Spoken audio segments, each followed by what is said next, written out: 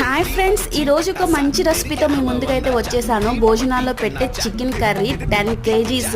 అయితే ముందుగా ఆ స్టవ్ ఆన్ చేసి ఆయిల్ పెట్టి ఉల్లిపాయలు, పచ్చిమిర్చి, కరివేపాకు ఇవన్నీ వేగిన తర్వాత అల్లం చిల్లిపాయల పేస్టు, అందుకు కొబ్బరి పేస్టు, ఉప్పు, కారం, పసుపు ఇవన్నీ వేసేసి ఈ స్పైసెస్ అన్నీ గోల్డెన్ బ్రౌన్ కలర్ వచ్చేంత వరకు కలుపుతూనే ఉండాలన్నమాట. ఇది గ్రేవీ వచ్చేసిన తర్వాత చికెన్ 10 kg చికెన్ అయితే అందులో యాడ్ చేసుకోవాలి. ఈ పేస్ట్ అంతా ఆ చికెన్కి పట్టేలాగా అయితే కలుపుతూనే ఉండాలన్నమాట. ఇందులోకి కొంచెం వాటర్ అయితే యాడ్ చేసుకొని ఇంకా కలుపుతూనే ఉండాలి. వాటర్ యాడ్ చేసుకొని వీటిని చిక్కగా దగ్గర పడేదాకా ఉడికించుకోవాలి చికెన్ని.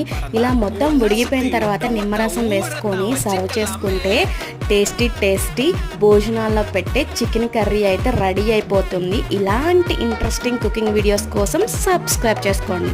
Bye bye.